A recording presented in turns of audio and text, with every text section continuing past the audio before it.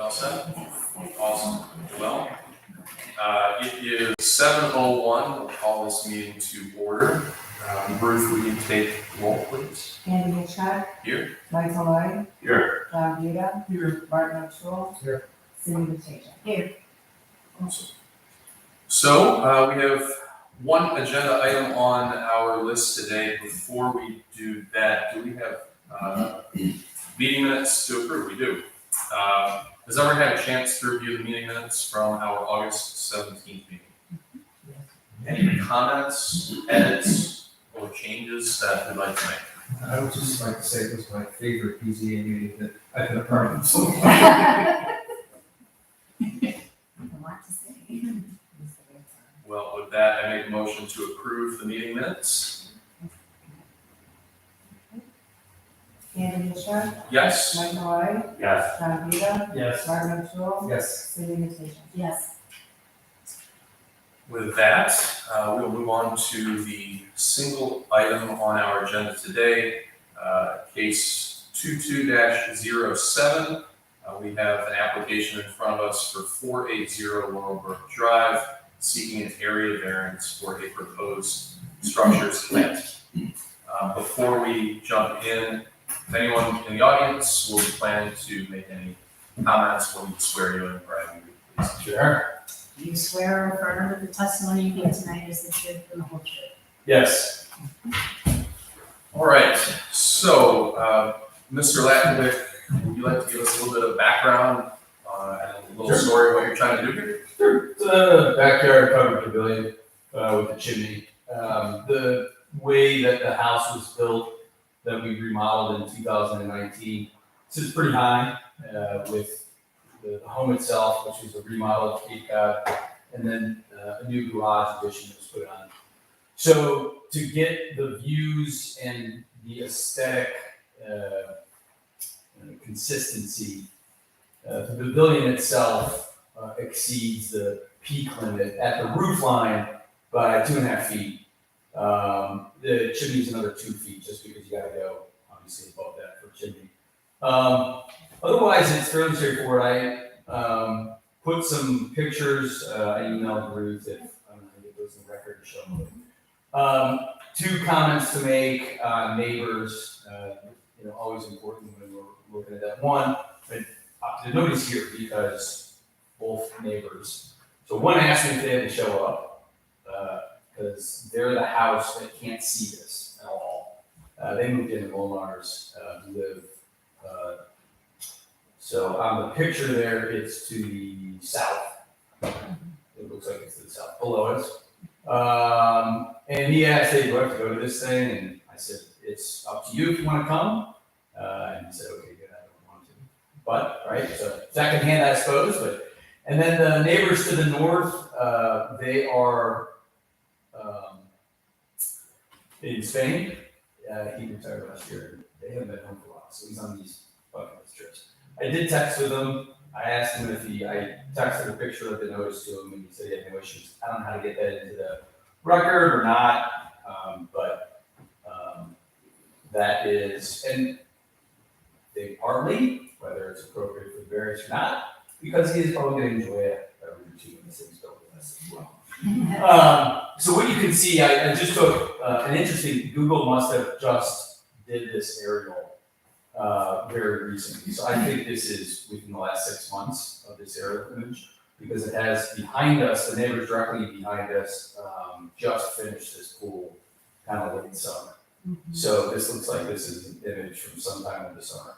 So I just very roughly put in where our property lines are. Mine kind of goes out like a pie, and then roughly where the structure is going to be built. And then I took a couple different pictures. You could see. You want the other pictures? Yeah. I think it's just visually helpful to kind of see.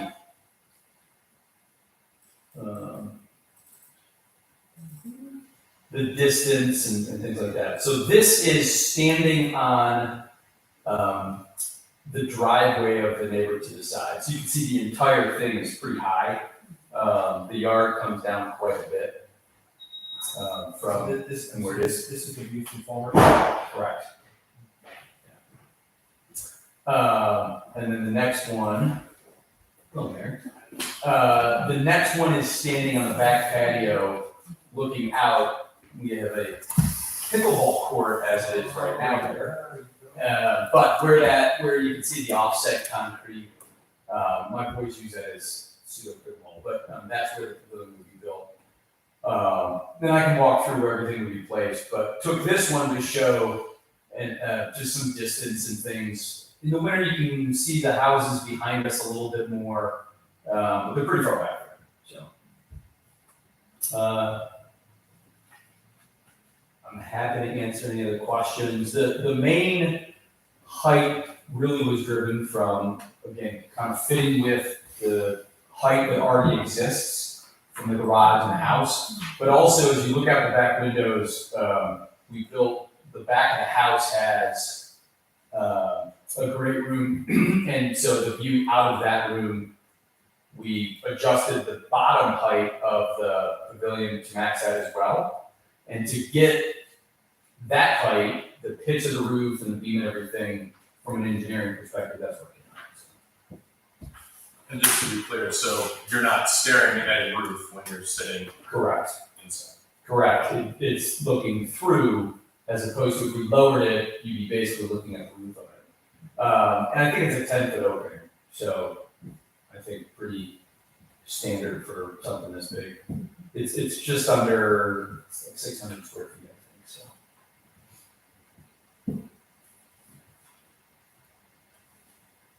Anything else you'd like to add? I think that's it. Okay. I'll turn it over to the board. Questions for Mr. Allen?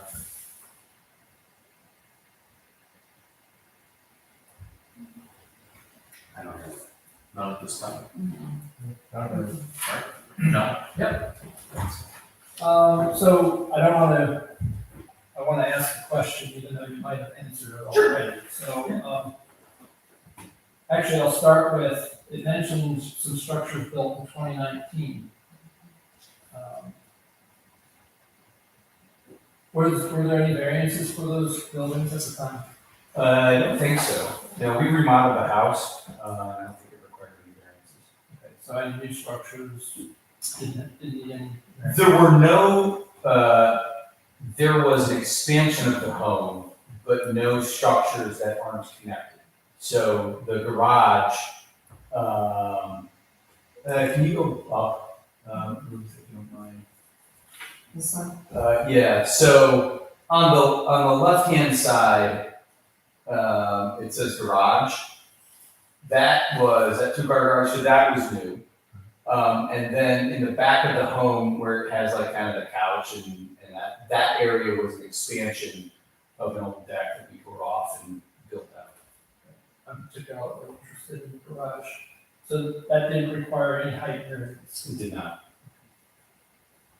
And the question I think you answered was, how was the structure roof height of 17.5 feet selected? So just to confirm that. I don't think we actually looked at the height of the roof itself. We looked at what the opening needed to be, and then sized up the overall structure to fit within both from an engineering perspective with the height, its width, and what the slope would need to be, and then where it would come out kind of within where the garage and existing house roof is. So the way I'm interpreting what you said and what you answered is basically it's the height that it is so you can see through it. That's the primary reason. And then also an aesthetic with the rest of the structure. Correct. And do you know why the chimney needs to be 2 feet taller? Is that a code or? I think it's It's a code. Yeah, that's right.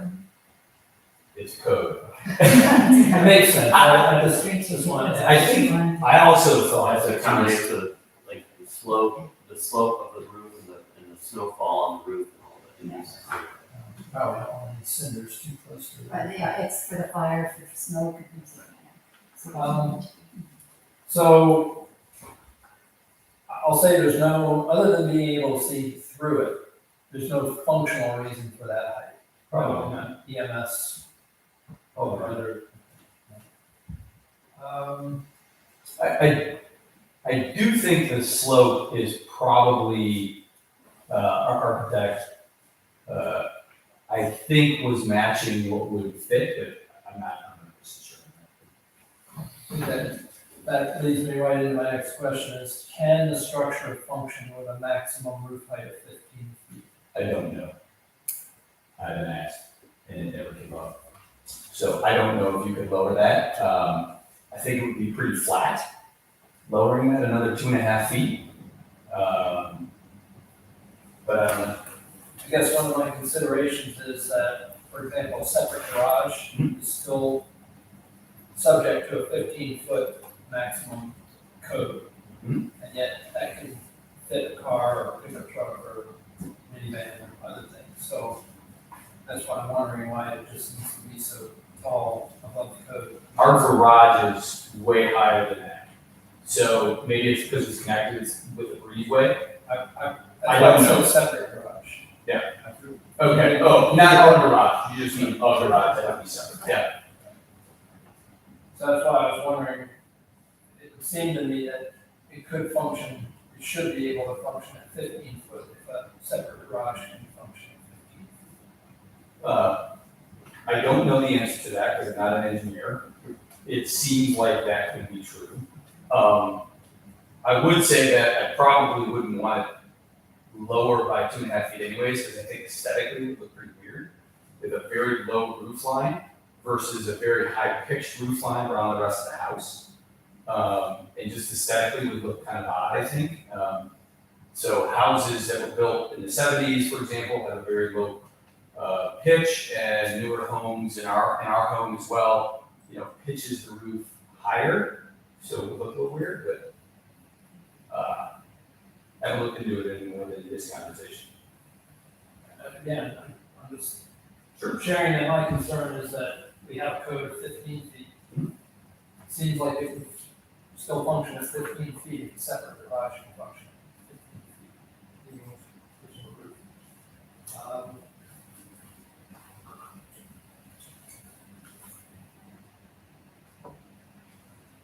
right, I had one more question. I think we answered it with the chimney height. All right, those are the only questions that I have. As I was reviewing code and had a chance to connect with Dave Osebarn, our requirement that the structure's height is from the chimney to the ground, not to the roof line. So I don't necessarily want to characterize the proposed height of 17 feet 6 inches as a kind of red herring, because it is, if we grant a variance, it would be a 4.5 foot variance to go above 15 feet. However, what I think where I'm trying to be realistic as well and practical is that the chimney is going to stick proud of the roof, and it's so while this is a 4.5 foot variance, we're really talking about 2.5 feet in the grand scheme of things. That's the way I'm thinking about it. And I bring that up to say that one of our criteria is whether the variance is substantial. And so in rough math, this is about a 33% variance over the height. So I would consider that substantial, but on balance, does that work in favor of or against some of the rest of the factors that we've kind of talked about, such as, is this going to impact services and, can you get a reasonable return and so on and so forth. So it's one criteria, but that's, I think, kind of what I'm wrestling with at the moment. Are there other comments or questions from the board? I was just curious, when I was walking through the neighborhood, I did see another home, and obviously they kept it pretty much at the standard what we required, because I saw that at 500 across the street from you. They have a patio in the back, same similar situation. But it didn't look like their chimney was any higher, so that I go with John saying, is it necessary to take it that high? I don't know. It'd be more for fire safety, so maybe it's excuse me, I would be thinking with the way the height of your roof But I did notice the neighbor across the street, when you looked, you just saw all their trees were the same height and they're, so nothing was above the other. Right, Oh, please, from the curb in front of the house, looking at, will you see the structure over the peak of your? Really, the only person that would see it are the folders. You They can't. are, if you're looking at your house, they're to the right. They're actually looking at this from this point of view. Correct. This point of view right here. That's right. I'm standing on the driveway.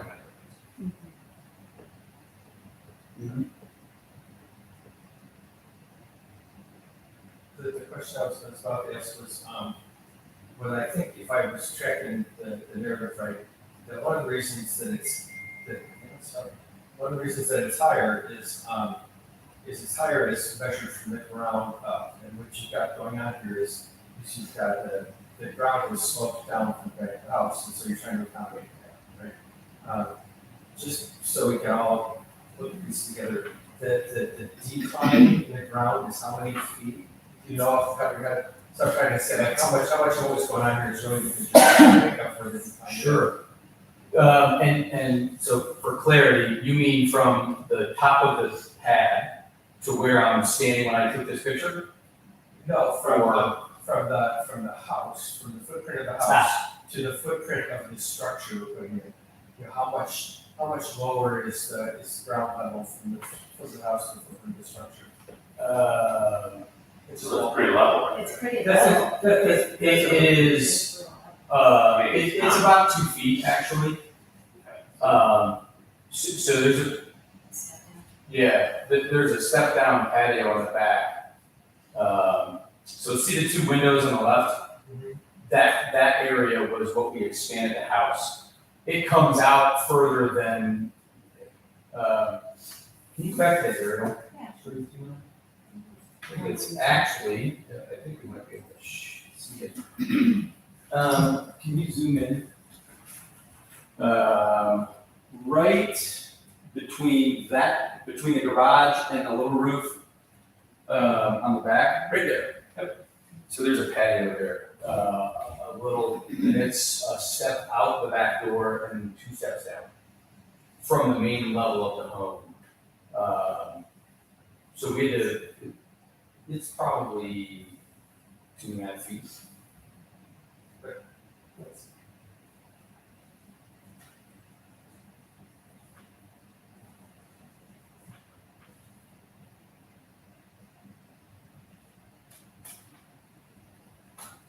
Other questions from this group? I don't have any questions. My thinking is we have the code at 15 feet. And what's the functional reason for needing it taller than that? And I'm 22%, and I'm talking to the roof. Right. Plus the chimney. Right. So, you have aesthetics.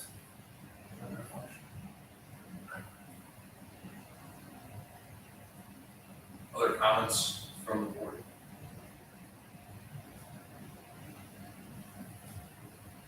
Would you like to add anything else? Sure. I very much appreciate why there's a code. I think it's important to have a code. I also understand that 15 feet is there to make sure that things are protected within the village. So whether it's for aesthetics or function, my neighbors have no problem with this. It fits better within what we've done. And I'm not sure why, if we have a variance process, this wouldn't fit pretty well within a variance. So I would suggest that what's the purpose of making me change it, having drawings redone, and aesthetically making it not look as nice when literally no one minds. So I would suggest that, appreciate the process. This is why we have rules in the village, and this is why we have a variance process. But I would ask the board that, it's a justifiable variance in this case. It fits within the rest of the home, and our neighbors, have no issue with it, so. And Ruth, to confirm, did we receive any communication from any of the neighbors? No, just through Steve, what he said Okay. tonight. So, Bridie, is there a way to enter into the record communication from his neighbor to Steve that we don't have here? Like, He just did, sure. okay, Just from him testifying, you guys just give it whatever weight you want to give it. okay. So with that, other discussion? I have one of these. Maybe he knows an architect. Yeah.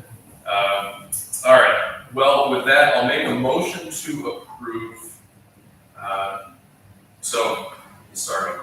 In the application of 480 Laurelbrook Drive, seeking an area variance for a proposed patio, I would make a motion to approve a variance for 4 feet 6 inches to bring the maximum allowable height for the proposed structure to 19 feet 6 inches. Second. Is there any discussion on the motion? Just to be clear, the structure can be lower. It could comply. Okay. Statement. Any other discussion on the motion? We take roll. Andy Hitchcock, Yes? Mike Malloy, Yes. John Rita, No. Martin O'Toole, Yes. Cindy Mutations. Yes. So, you have your variance. Thank you. Looks like it's gonna be for construction. Thank you, I appreciate it. And thanks for coming out tonight with only one thing I know. It's always a pain when you got one thing in your agenda, so. Especially approving meeting minutes. I'm just curious, and it has nothing to do with this, I'm just curious who the contractor is. His name's, so the guy that built the house, his name is Frank Monticello Homes. Okay. So Jeff Romanini, the Romaninis, Romney, he's like your Romney cousin. Roofing, no, or Willoughby's Supply. Exactly, Jeff's a cousin. It looks great. Thank you. It's definitely gorgeous, it really is. Thank you. I was just wondering if, is this all done? None except for. I'm sorry, we're still in meeting, sorry. Sorry. Is there any old business in front of the board tonight? I don't believe so, and we don't have any new business. Is that a correct statement? Is it appropriate to just follow up on old business just for a second? I know we're probably done by 7:30. So in your beginning of last week, we had a very interesting conversation. It was important to the community that the petition for the red barn. And is it appropriate in this form to just get an update on the statuses and the things we talked about? So, there was a revised plan that were actually submitted to planning commission, on September 8th. And, they've tabled it and asked that the applicant return with a landscaping plan, a lighting plan, and, not really a parking plan, but maybe a discussion as to the layout of the parking. So, in addition to, let's talk about the sign. So, I don't know if that will happen at the next meeting, this meeting in October, or if it'll be in November, I'm not 100% sure. And it wasn't the business of the BZA, but there was some miscellaneous dialogue while we were together about the design of the skateboarding area. And is it, is the skateboarding going to stay as is, or is the skateboarding area going to change? I don't think that, I don't think it's going to change, I don't know. That's not part of the site plan. So on the site plan originally, as I understand it from 2017, it showed grass. What was actually. That's what I thought. And then what was approved by ABR, as I understand, was, more of a concrete or brick structure, and the reasoning I'm told is for building purposes and ingress and exit purposes. And anyway, I don't think that's going to change, but you never know. Okay, that's. Will it be open for public skateboarding? Sledding. Sledding. All right. See if it can be bigger, you are. That's right. Well, with that, we'll adjourn the meeting at 7:26. Thank you, everybody. All right, good job. Beautiful work. We, and we had the same question about the ranch because they kind of just changed it along the way. I think I, Nobody knows. my first when I watched the video of your planning commission meeting, right? I think that's where I'm having a conversation. Yeah. So I'm